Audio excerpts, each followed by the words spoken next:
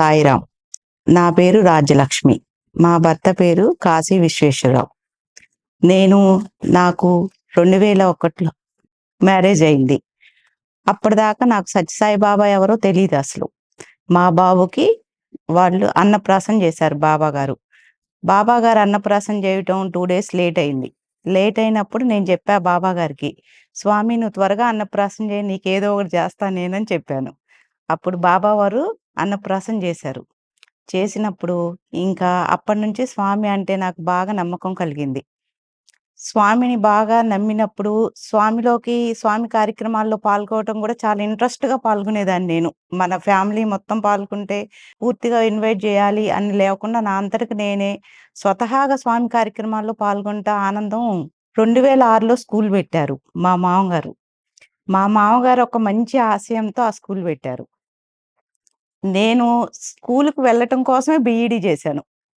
నాకసలు బీఈడీ చేయాలన్న ఆలోచన లేదు. నేను బీఈడీ చేస్తే అన్న స్కూలుకి పంపిస్తారు అని నాకు చిన్నప్పటి నుంచి టీచర్ అంటే చాలా ఇష్టం. అది మా మామగారు పెట్టిన స్కూల్ వల్ల ఆ ఇష్టాన్ని నేను తీర్చుకున్నానన్నమాట టీచర్‌గా వెళ్ళి. నాకు స్కూలుకెళ్ళి ఏదైనా కార్యక్రమంలో పాల్గొవటం అన్నా, స్వతహాగా చేయటం అన్నా చాలా ఇష్టంగా ఉండేది. స్కూల్లో స్వామి విద్యావాహిని ప్రోగ్రామ్ స్టార్ట్ చేశారు. మాది 99 స్కూల్ అప్పుడు.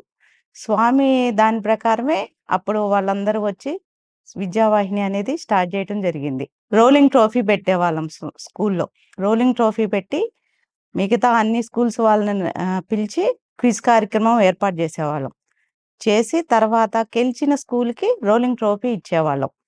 అలా వినూత్నమైన కార్యక్రమాలు చేస్తా ఉండేవాళ్ళం. రకరకాల సాంస్కృతిక కార్యక్రమాలు గానీ, ఐ క్యాంపులు గానీ, ఇలా స్కూల్ తరపున అన్నీ చేస్తా ఉండేవాళ్ళం. దానికి నేనెంతో ఇంట్రెస్ట్‌గా పాల్గొనేదాన్ని. స్వామి స్కూలు పెట్టాకే నాకనిపిచ్చింది. నేనిలాంటి ఫ్యామిలీకి కోడలుగా అయినందుకు నేను చాలా అదృష్టంగా భావించేదాన్ని. ఆ కార్యక్రమాల్లో పాల్గొవటం అనేది నాకు చాలా సంతోషంగా ఉండేది. మా బాబు చాలా నమ్మేవాళ్ళు. స్వామి మాకు చాలా ఇచ్చారు. అసలు ఈ మధ్యలో మాది మొత్తం కొలాప్స్ అయిపోయింది. మా వ్యవస్థ మొత్తం కొలాప్స్ అయిపోయింది. అసలు ఏం చెయ్యాలో అర్థం గాని పరిస్థితుల్లో మేమున్నాం. అప్పుడు పుట్టపర్తెళ్ళి మొత్తం లెటర్ రాసాం స్వామికి. మేము ఇలా ఈ విధంగా కష్టాల్లో ఉన్నాం. ఇలాంటి బాధలు అనిపిస్తున్నాం ఇది అని రాసాం. రాసినప్పుడు స్వామి మా కష్టాలు, బాధలన్నీ తీర్చారు. ఇప్పుడు మేము అనుభవించే జీవితం అనేది స్వామి మాకు పెట్టిన భిక్ష. మా ఫ్యామిలీ మొత్తం స్వామికి ఎప్పుడు మేము జీవితాంతం బ్రతుకున్నంత కాలం రుణపడి ఉంటామండి. అలాంటి అనుభవాలం అనేది మేము మాత్రమే చూసాం. స్వామి మాకలా చూపిచ్చారు అలాంటి అనుభవాలు. ఈ ఇట్లా స్టాండ్ అయ్యి మళ్ళీ మనకు సమాజంలో ఇలా ఉంటున్నాము, ఇలా చేస్తున్నాము అని అనటానికి దానికి మంచి ఎగ్జాంపుల్ స్వామి. మాకు వెనక నుంచి నడిపిచ్చింది మాత్రం స్వామే. ఈ లైఫ్ ప్రసాదించింది స్వామి మాకు. స్వయంగా మేము అనుభవించాం. మా పిల్లలకి కూడా తెలుసు. అందుకని స్వామిని మాత్రం ఎప్పుడు మేము మర్చిపోము. అలా పిల్లలకి గూడా స్వామి గురించి అలవాటయిపోయిందండి. నేను అన్ని కార్యక్రమాల్లో పుష్కరాలే గానియండి, స్కూల్లో పెట్టిన కార్యక్రమాలు గానియండి, చాలా ఇంట్రెస్ట్‌గా ఎంతో సంతోషంగా పాల్గొనేదాన్ని నేను. లైఫ్ మొత్తం స్వామి ఇచ్చింది భిక్ష అని నా అనుభవం అండి. నా అవకాశం మాత్రం అది మాకు మాత్రమే తెలుసు. స్వామితో ఉన్న అనుబంధం అనేది కొన్ని మాకు మాత్రమే తెలుసవి. ఏం చేశారు మాకు అన్నది స్వామి మాకేం చేశారన్నది మాకు మాత్రం బాగా తెలుసండి. అది 1 గాదు, 2 గాదు. బాబు అన్నప్రాసనకి వెళ్ళినప్పుడు చాలామందన్నారు గదా! ఇప్పుడు అన్నప్రాసన చేయట్లేదు. 4 ఇయర్స్ బ్యాకే అన్నప్రాసన ఇదయిందని. అది అసలు మా అత్తగారు అనుకున్నారు. మా బాబుకి అన్నప్రాసన చేపిచ్చాలని. అందరూ వద్దన్నారు. మా మామగారు గూడా ఇక్కడే చేద్దామన్నారు అన్నప్రాసన. మా అత్తగారు మాత్రం బాగా పట్టుబట్టారు. పుట్టపర్తెళ్ళాలి, సాయికి అన్నప్రాసన చేసినా చేయకపోయినా మనం వెళ్దామని. ఆ పాయసం గిన్నెను గూడా లోపలికి తీసుకురానిచ్చేవాళ్ళు గాదు. అక్కడున్న సౌరి మేడం వాళ్ళు, లేదమ్మా వెళ్ళిపోండి, ఇప్పుడేమి చేయట్లేదు" అనేవాళ్ళు. అలా 3 డేసు కరెంట్ కుక్కర్‌లో పెట్టి 3 డేస్ ఎళ్ళాం పాయసం తీసుకొని. నాలుగో రోజు మూడో లైన్‌లో ఉన్న దాన్ని ఫస్ట్ లైన్‌లో కూర్చోబెట్టారు. అప్పుడు నేననుకునేదాన్ని, నాకు కొత్తగా ఉండేది స్వామిది. అప్పటిదాకా అసలు తెలీదు. మన స్వామి పాద నమస్కారం ఏంటి? అసలు స్వామి ఏంటి? నేను ఫస్ట్ టైమ్ ఎళ్ళా పుట్టపర్తి అప్పుడు. నాకసలు స్వామి గురించి ఏమీ తెలీదు. విసుగ్గా ఉండేది. తెల్లారుజామున 3కి లేసి లైన్‌లో కూర్చోవటం. ఈ స్వామి దగ్గర స్వామి కోసం ఎదురు చూడటం. ఈ బాబు ఏడిపిస్తుంటే చాలా ఇసుగ్గా ఉండేది. అప్పుడు నేను అనుకునేదాన్ని, అబ్బా! స్వామి ఈ రోజన్నా చేస్తే బావుండు. మేము ఊరికెళ్ళిపోతాం. నందిగాం వెళ్ళిపోతాం. ఈ రోజన్నా చేయి స్వామి నువ్వు అన్నప్రాసన అనేదాన్ని. అంటే ఇంక ఆ రోజు స్వామి ఆగారండి. బాబు దగ్గర ఆగారు. అట్లే పాయసం గిన్నె పట్టుకొని ఇలా నిలబడేసరికి పాయసం పెట్టారు. పెట్టాక నాకు పాద నమస్కారం ఇచ్చారు. అదే ఇంకా నా అదృష్టం అండి. అప్పుడు పాద నమస్కారం ఇయటమే నా అదృష్టం ఇంకది. మా బాబు మూలానో, మా మామగారు వాళ్ళు చేసిన సేవల వల్లో నాకు ఆ విధంగా పాద నమస్కారం లభించిందప్పుడు. అట్లా బ్లెస్సింగ్‌తో స్వామి ఇది బాబు ఇప్పుడు అమెరికా ఎళ్ళాడండి. ఎళ్లి అక్కడ ఎంఎస్ చేస్తున్నాడు. అక్కడ గూడా స్వామినే అనుకుంటా ఉంటాడు ప్రతి క్షణం. మేము స్వామిని మాత్రం ఎప్పుడూ మర్చిపోవద్దని చెప్తా ఉంటాం మా బాబుకి. ఒకరోజు మన స్కూల్‌కి ఇట్లా ఎప్పుడు వచ్చినప్పుడు సత్యజిత్ గారు వాళ్ళెప్పుడు వస్తా ఉండేవాళ్ళు. ఒకరోజు బాబుని జూసి అన్నారు సత్యజిత్ గారు, "నాకు గూడా అన్నప్రాసన స్వామే జేశారు." మా బాబు చాలా బొద్దుగా ఉండేవాడనమాట.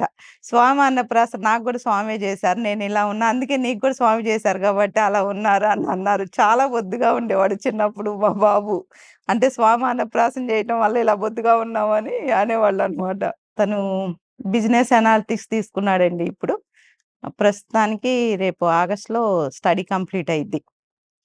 బాబు, పాప ఇద్దరు మంచి పొజిషన్‌లో ఉన్నారు. ఇప్పుడు అది నేను చెప్తున్నా గదా! మాకు మేము అనుభవించే ఈ లైఫ్ అనేది స్వామి బెట్టిన భిక్ష. పాప మాత్రం తను ఎంబీబీఎస్ సెకండ్ ఇయర్ చదువుతుందండి. తనకు గూడా స్వామంటే బాగా ఇష్టమనమాట. తను లాంగ్ టర్మ్ తర్వాత డాక్టర్ మెడిసినే సీట్ వచ్చిద్దని చెప్పారు.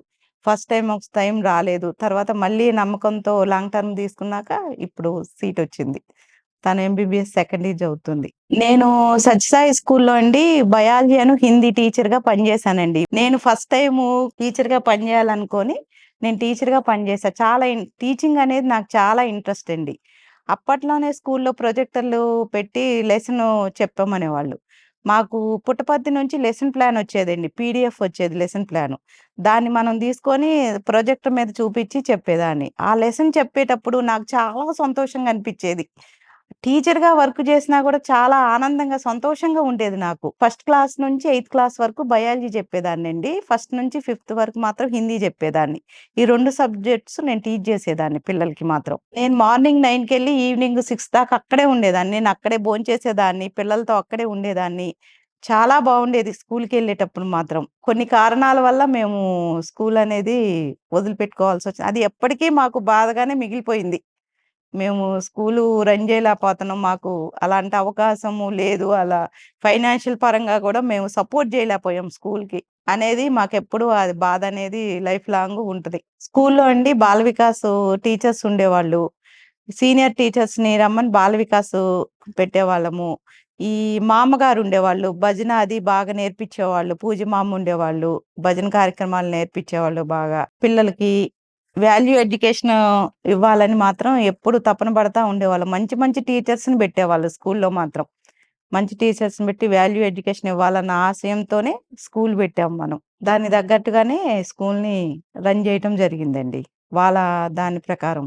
5, 6 బ్యాచెస్ దాకా చేశామండి. పిల్లలు గూడా చాలా ఇదిగా ఉండేవాళ్ళు బాల వికాస్ పిల్లలు. మీ బాబోళ్ళు గూడా బాగా యాక్టివ్‌గా పార్టిసిపేట్ చేసేవారు. బాల వికాస్ దాంట్లో గాని, మాకు పెట్టిన సాంస్కృతిక కార్యక్రమాల్లో గూడా చాలా బాగా ఉండేవాళ్ళు మీ పిల్లలు గూడా. 10థ్ క్లాస్ మాత్రం స్టేట్ ర్యాంకు మండల్ లెవెల్‌లో 2, 3 సార్లు 10థ్ క్లాస్ పిల్లలకి మాత్రం ర్యాంకులొచ్చినియండి. ఫస్ట్ ఇన్ని ప్రైవేట్ స్కూల్స్‌లో మన స్కూలు ఫస్ట్‌గా ఉండేది. ఆ పిల్లలు గూడా బాగా సెటిల్ అయ్యారండి. మన దగ్గర 10థ్ చేసుకున్న పిల్లలు మాత్రం చాలా బాగా మంచి మంచి ఉద్యోగాల్లో ఉన్నామని వాళ్ళు ఫోను జేసి చెప్తా ఉంటారు అప్పుడప్పుడు మాకు. చాలా హ్యాపీగా ఉంటది. మంచి మంచి పొజిషన్‌లోకెళ్లారు. సీఏలు గాని, మెకానికల్ ఇంజినీర్ గాని, మంచి జాబ్స్‌లో కోయంబత్తూర్‌లో జాబ్స్‌లో మాత్రం సెటిల్ అయ్యామని మేము కలిసినప్పుడు మాత్రం చెప్తా ఉంటారు. స్వామి స్కూల్‌లో చదువుకున్నందుకు. స్వామి మాత్రం అందరికీ మా బాబుతో సహా, మీ బాబుతో సహా ఆయన బ్లెస్సింగ్స్ మాత్రం అందరికీ ఉన్నాయండి. మంచి పొజిషన్‌లోకెళ్లారు మన పిల్లలు మాత్రం. జై సాయిరామ్ అండి.